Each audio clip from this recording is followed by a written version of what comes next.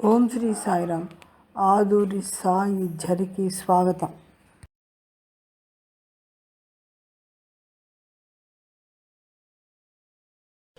భగవాన్ శ్రీ సత్యసాయి బాల వికాస్లో ప్రార్థనలు అనే అంశం ఒకటి ఉంది.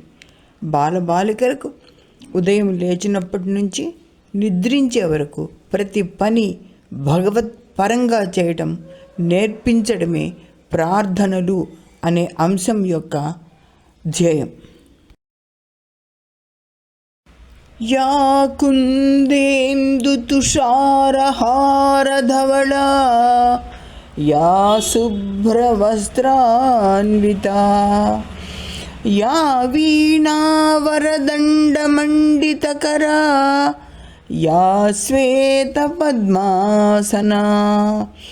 యా బ్రహ్మాచ్యుత శంకర ప్రభృతిభిః దేవై సదా వందితా సా మాం పాతు సరస్వతీ భగవతి నిశ్శేషజాడ్యాపహా.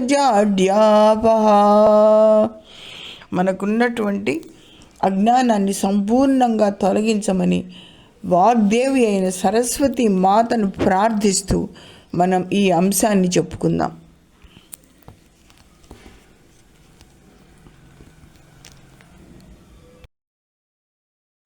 అసలు ప్రార్థన అంటే ఏమిటి?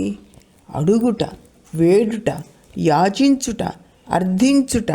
భగవంతుని ప్రార్థించడం అంటే వేడుకోవడం. భగవంతుని స్వచ్ఛమైన సంపూర్ణ హృదయంతో వేడుకోవాలి. ఏమని వేడుకోవాలి? మనకు ఏ లోపం లేకుండా పంచ కర్మేంద్రియాలను, పంచ జ్ఞానేంద్రియాలను, అవి సక్రమంగా పనిచేసే శక్తిని, బుద్ధిని, భుక్తిని ప్రసాదించినందుకు కృతజ్ఞతలు చెప్పుకుంటూ ప్రార్థించాలి. పరమహంస యోగానంద ప్రార్థన గురించి ఇలా అంటున్నారు: ప్రార్థన అనేది ఆత్మ యొక్క స్వాధికారం. దేవుడు మనలను బిచ్చగాళ్ళను చేయలేదు. ఆయన మనలను తన స్వరూపంతో సృష్టించాడు. ఒక ధనవంతుని ఇంటికి వెళ్ళి భిక్ష అడిగితే బిచ్చగాడికి అతని వాటాను మాత్రమే పొందుతాడు. కానీ కొడుకు తన ధనికుడైన తండ్రి నుండి ఏదైనా అడగవచ్చు, సర్వము అతనికి లభిస్తాయి. కాబట్టి మనం బిచ్చగాళ్లలాగా ప్రవర్తించకూడదు. క్రీస్తు, కృష్ణుడు, బుద్ధుడు వంటి మహాత్ములు మనం దేవుని స్వరూపాలమే అనే సత్యాన్ని చెప్పారు.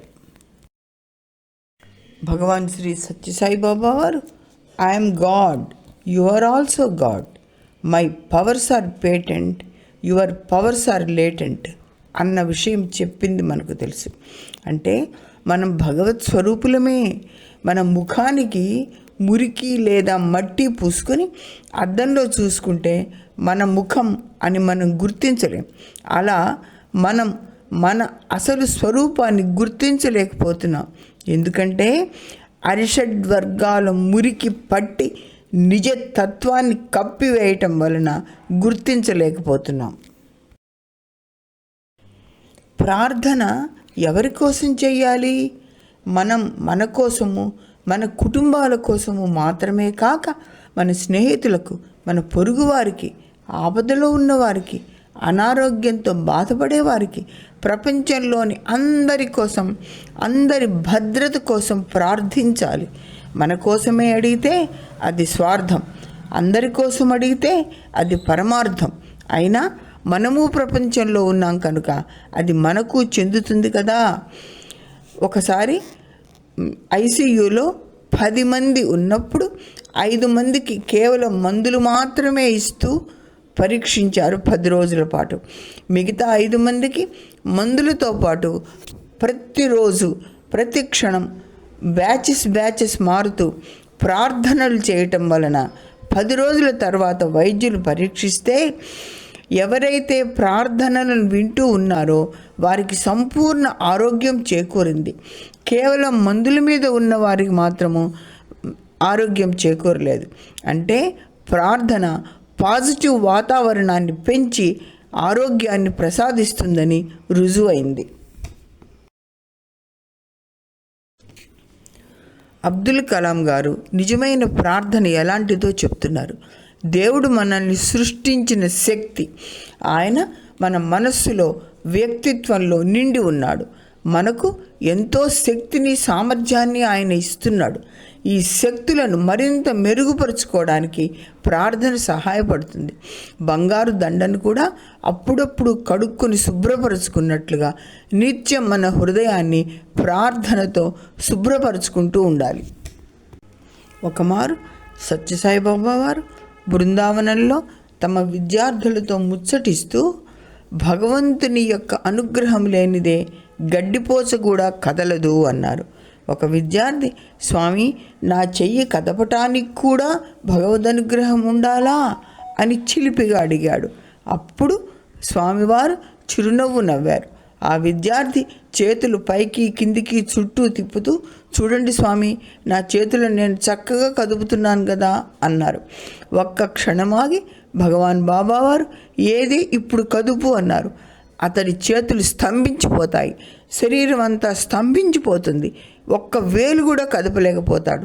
భయంతో, బాధతోటి స్వామి మన్నించండి, మన్నించండి, మన్నించండి అని వేడుకుంటాడు. స్వామి చిరునవ్వు నవ్వి, ఇప్పుడు కదుపు అంటారు. వాడి చేతులు ఇటు అటు ఇటు అటు ఒళ్ళు అంతా ఊపి, అమ్మయ్య, నా చేతులు నా ఒళ్ళు బాగా వచ్చింది అనుకుంటాడు. అంటే ఏమిటి? భగవద్ అనుగ్రహం ఉంటేనే మనం గాలి కూడా పీల్చుకోగలుగుతాం. భగవద్ అనుగ్రహం లేకపోతే నోట్లో పోసుకున్న నీరు కూడా మింగలేకపోతాం. కనుక ప్రతి క్షణం భగవంతుని ప్రార్థించుకుంటూ, కృతజ్ఞతలు అర్పించుకుంటూ ఉండాలి. భగవంతుని ఏమని ప్రార్థించాలి? ఓ దేవా, నాకు ఉద్యోగం ఇవ్వు, ప్రమోషన్ ఇవ్వు, ఎక్కువ జీతం ఇవ్వు, భగవంతుడా నన్ను కాపాడు అనే ప్రార్థనలో మనం కోరుకుంటున్నది మన భద్రత, ఆనందం, దైహిక సుఖం మాత్రమే. మన సౌకర్యం, సంపద, అధికారం, సుఖాల కోసం చేసే ప్రార్థనలు బిచ్చమెత్తడం, అడుక్కోవడం అవుతుంది. మన ప్రార్థన అత్యాశ, భయం పోగొట్టుకోనైతే అది మోసం అవుతుంది.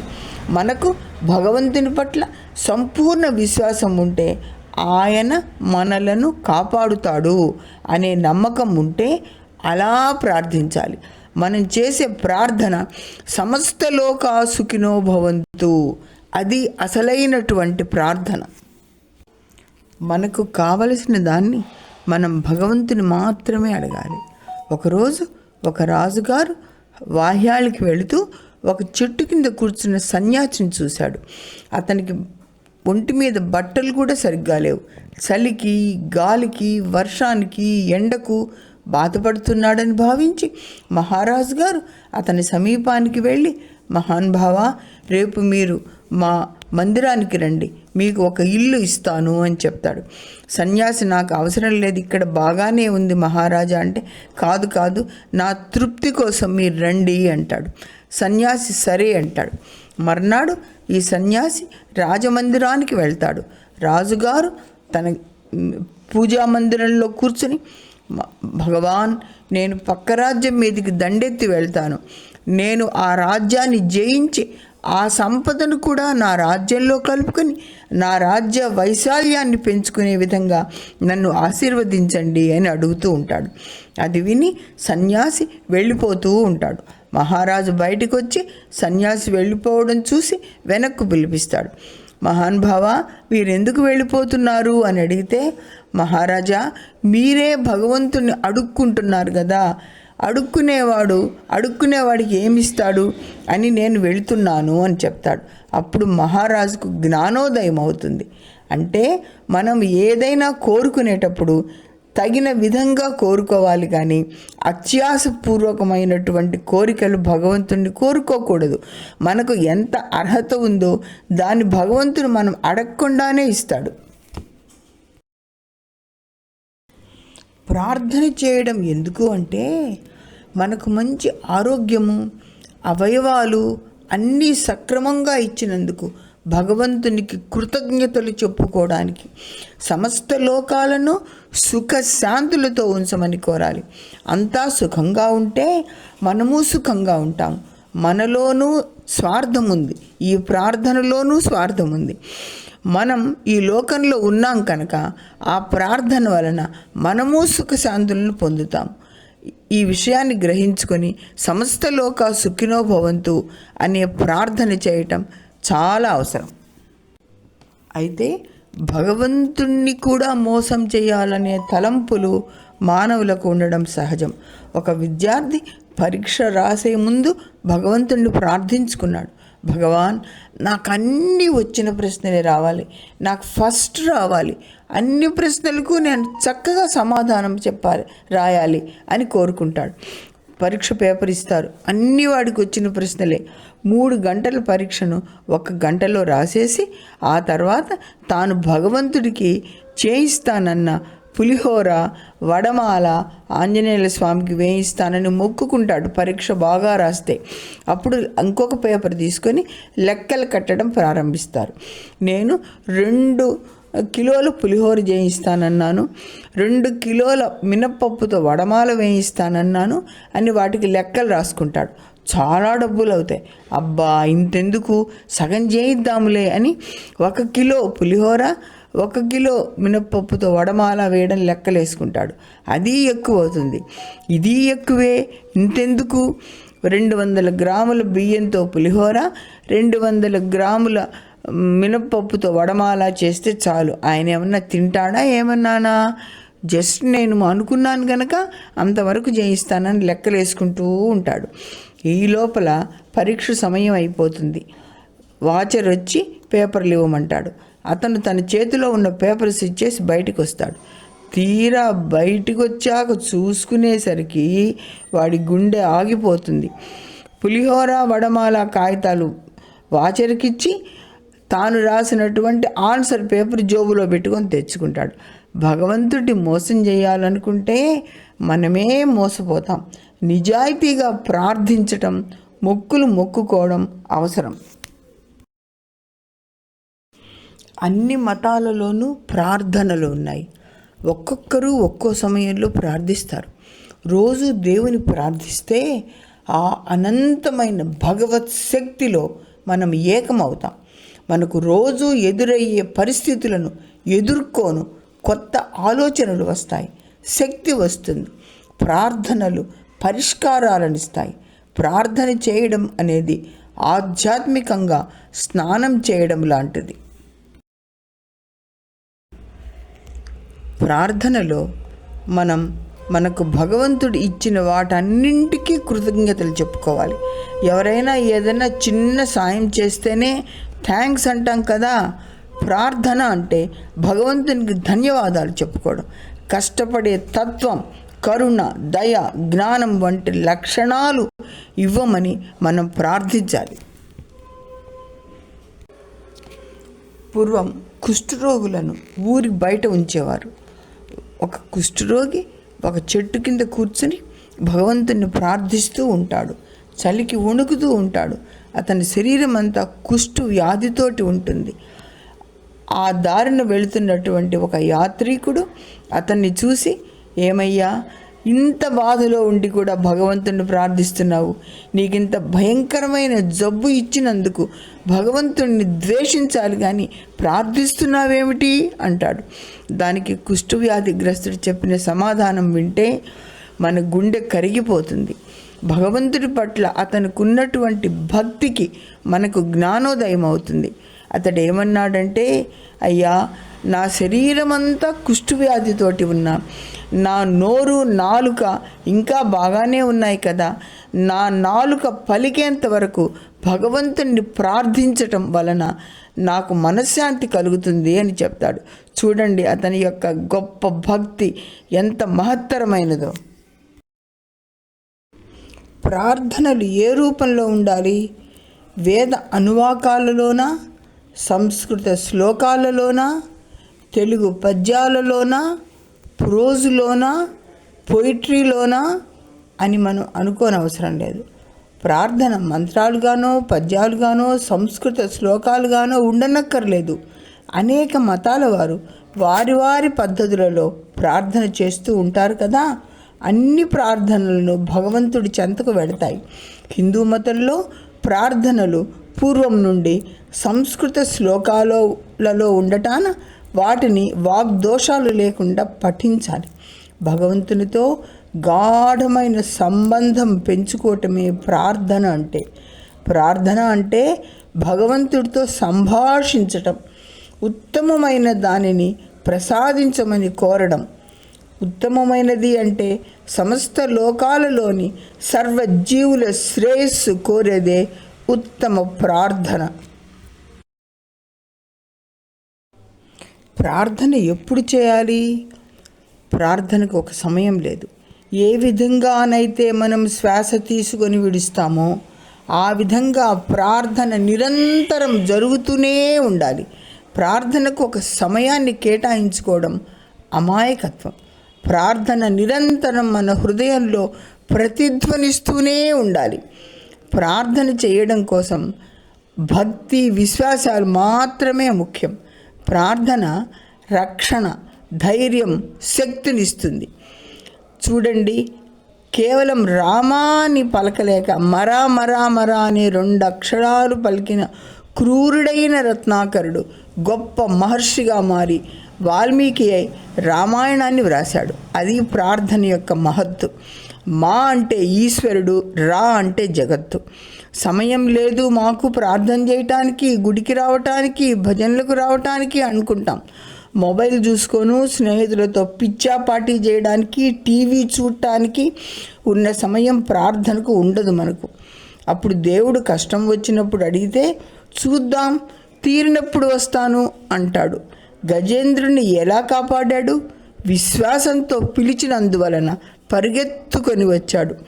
ఇక్కడ జటులని కథ, నీటిపై నడిచిన పాలమ్మి కథ, పేద విద్యార్థి జాబు చూచి పోస్ట్ మాస్టర్ మనస్సులో దయచేరి ఫీజు కట్టిన కథ, ధ్రువుని కథ చెప్పవచ్చు. ప్రార్థన అంటే ఏమిటి? ప్రార్థన ఎందుకు చేయాలి? ఎలా చేయాలి? ప్రార్థన వలన ఉపయోగాలేంటి? ఉత్తమమైన ప్రార్థన ఏది అనే విషయాలు మనం చెప్పుకున్నాం కదా. ఒకసారి పునర్విమర్శ చేసుకుంటే ఉత్తమం. బాల వికాస్ చిన్నారులకు నిత్య ప్రార్థనలు చెప్తాం. మన భారతీయ సంస్కృతిలో నిద్ర లేచినప్పటి నుండి నిద్రించే వరకు మనం చేసేటటువంటి సర్వ కార్యాలను భగవత్పరం చేసి భగవంతునికి సమర్పించుకొని ప్రార్థించుకొని చేసుకోవడం మన హిందూ ధర్మంలో ఉన్నటువంటి ఆచారం.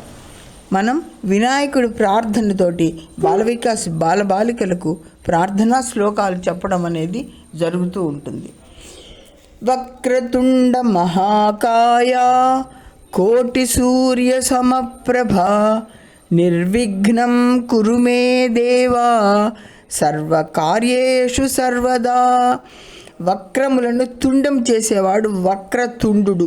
తుండెము అంటే తునకలు, ముక్కలు. వక్ర బుద్ధులను నశింపచేసేవాడు, వక్ర విఘ్నాలను పోగొట్టేవాడు వినాయకుడు. అంటే నాయకుడు లేనివాడు, తనకు తానే నాయకుడు, ప్రథమ పూజ్యుడు. ఆయన ముందు గణపతిని పూజిస్తాం కదా.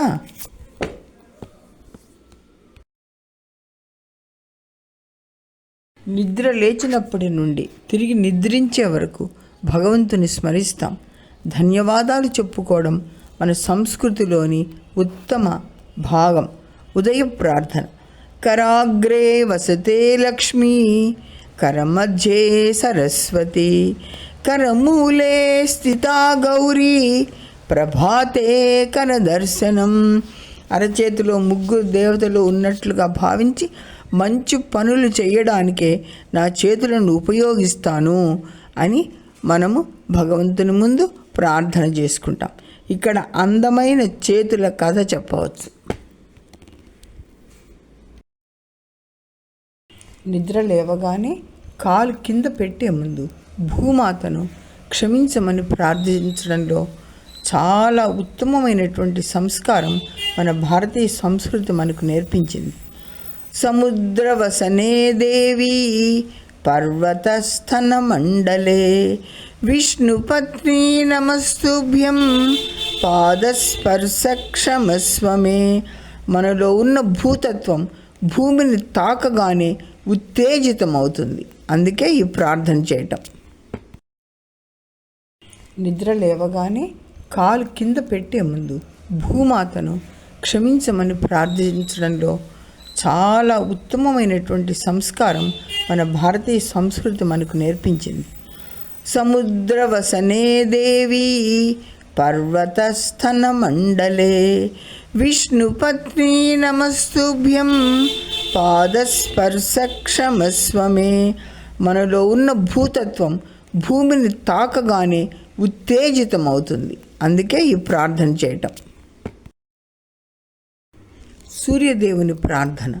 ఉదయే బ్రహ్మస్వరూపాయ మల్జాహ్నేతు మహేశ్వరః సాయం ధ్యాయే సదా విష్ణు త్రిమూర్తించ దివాకరః.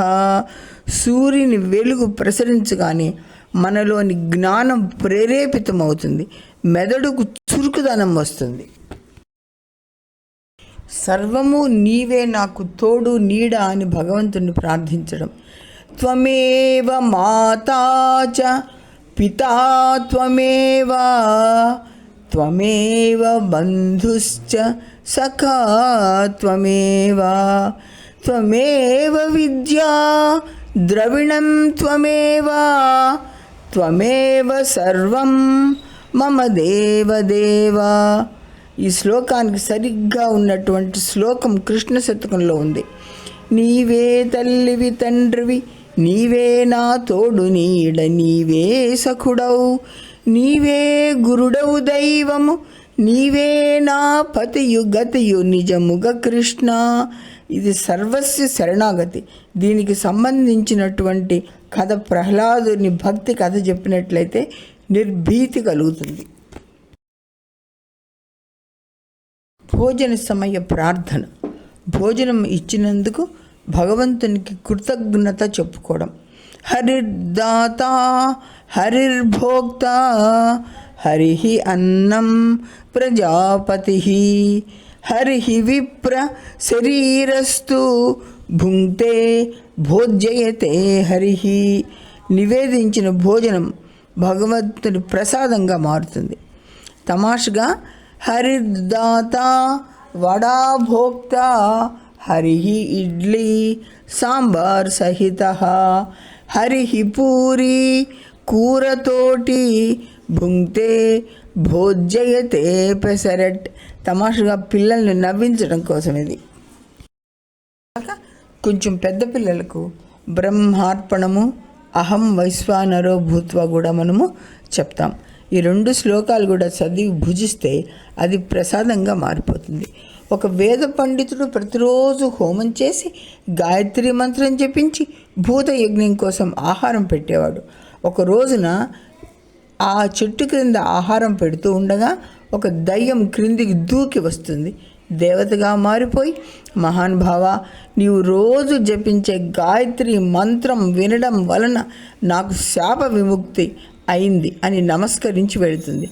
అదన్నమాట నివేదన మంత్ర ప్రభావం యొక్క మహిమ. ఆహారం భుజించే ముందు ఆహారాన్ని దైవానికి సమర్పించి భుజిస్తే అది ప్రసాదంగా మారి దోషరహితం అయిపోతుంది. దీనికి ఉదాహరణగా మీరాబాయికి విషం కలిపినటువంటి పాలు ఇవ్వగా అది కృష్ణ విగ్రహానికి నివేదన చేసి ఆ పాలు తాగినందువలన ఆమెకు ఏ విధమైనటువంటి అపకారము జరగదు. చదువుకు ముందు సరస్వతి ప్రార్థన చేయడం మన సంస్కృతి. సరస్వతి నమస్తుభ్యం వరదే కామరూపిణి విద్యారంభం కరిష్యామి సిద్ధిర్భవతు మే సదా పద్మపత్ర విశాలాక్షి పద్మకేసరవర్ణిని నిత్యం పద్మాలయాన్ దేవి సామాం పాతు సరస్వతి. విద్యాదేవతకు జ్ఞానం ప్రసాదించమని మనవి చేసుకుంటూ ప్రార్థిస్తాం. దీపం పరమాత్మకు ప్రతిరూపం. ఉదయం దీపం వెలిగించుకునేప్పుడు శుభకరోతి కళ్యాణం ఆరోగ్యం ధన సంపదాం శత్రుబుద్ధి వినాశాయ దీపరాజ నమోస్తుతే అని ప్రార్థిస్తాం. సాయంకాలం దీపం వెలిగించుకునేప్పుడు దీపం జ్యోతి పరబ్రహ్మం దీపం సర్వతమోపహం దీపేనా సాధ్యతే సర్వం సంధ్యాదీపం నమోస్తుతే. దీపం మన సంస్కృతిలో విడదీయరాని భాగం. దీపం పంచభూతాత్మకమైన సృష్టికి ప్రతీక. మట్టి ప్రమిద భూతత్వానికి, తైలం జలతత్వానికి, వత్తి ఆకాశతత్వానికి, వెలగటానికి కదిలించేటటువంటి గాలి వాయుతత్వానికి, అగ్ని జ్యోతి తత్వానికి ప్రతీకలు. నిద్రించే ముందు క్షమాప్రార్థన. కరచరణ కృతం వా కాయజం కర్మజం వా శ్రవణ నయనజం వా మానసం వా అపరాధం విహితం అవిహితం వా సర్వమేతత్క్షమస్వ. జయ జయ కరుణాబ్ధే శ్రీ మహాదేవ శంభో. ఇది క్షమా ప్రార్థన. దీనివలన మనకు శాంతి కలుగుతుంది. మనం తెలుసో తెలియకో రోజంతా చేసే తప్పులను క్షమించమని భగవంతుని ప్రార్థించటం. నిద్రించే ముందు హనుమంతుని ప్రార్థించటం. మనోజవం మారుతతుల్యవేగం జితేంద్రియం బుద్ధిమతాం వరిష్టం వాతాత్మజం వానరయూధముఖ్యం శ్రీరామదూతం శిరసాన్నమామి. హనుమత్ స్మరణతో రక్షణ ధైర్యం కలిగి చక్కగా నిద్రపడుతుంది. రోజంతా మనస్సును, ఆలోచనలను, పనులను సర్వం భగవంతుని పరం చేయటమే నిత్య ప్రార్థనల యొక్క పరమార్థం. బాల వికాస్ బాలబాలికలకు ఇవన్నీ అభ్యసించడం నేర్పి ఈ ప్రార్థనలను నేర్పటం వలన వారి జీవితాలు సుఖశాంతులతో సాగుతాయి. వీటిని చెప్తూ వీటికి అనుబంధంగా ఉన్న అనేక కథలు మనకున్నాయి బాల వికాస్ సిలబస్లో. వాటిని చెప్పవచ్చు. భగవాన్ బాబా వారి చేత ఎన్నుకోబడినటువంటి బాల వికాస్ గురువులంగా మనము గుర్తు పెట్టుకొని మనకు కేటాయించిన సేవ చేసి భగవద్ అనుగ్రహానికి పాత్రులమవుదాం. స్వామివారు మీరు నా పని చెయ్యండి, నేను మీ పని చూస్తాను అని చెప్పారు కనుక ఆ హామీని మనసులో ఉంచుకొని మనఃపూర్వకంగా బాల వికాస్ గురువులుగా మన జీవితాలను ధన్యపరుచుకొని స్వామి అనుగ్రహానికి పాత్రులమవుదాం. భగవాన్ శ్రీ సత్యసాయి బాబా వారి పాద పద్మములకు భక్తితో అంకితం. సత్యసాయి పాదార్చిత ఆదూరి హైమవతి శ్రీనివాసరావు.